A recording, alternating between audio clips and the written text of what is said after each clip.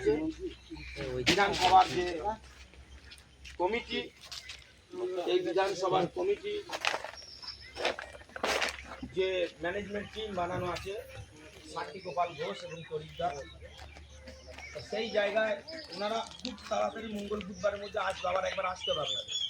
Total এই 3টে পঞ্চায়েত আমাদের যে মণ্ডল, সেই মণ্ডলের ডাক এই খামারে হবে বিকেলের দিকে, সবাই আসবে মঙ্গল বা বুধবারের মধ্যে।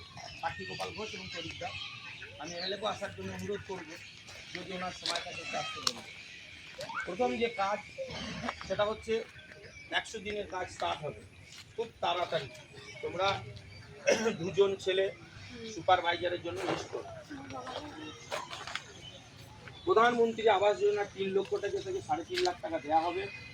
সত্যি যাদের ঘর নেই তাদের লিস্ট বানাও। যাদের জব কার্ড নেই তাদের একটা লিস্ট বানাও।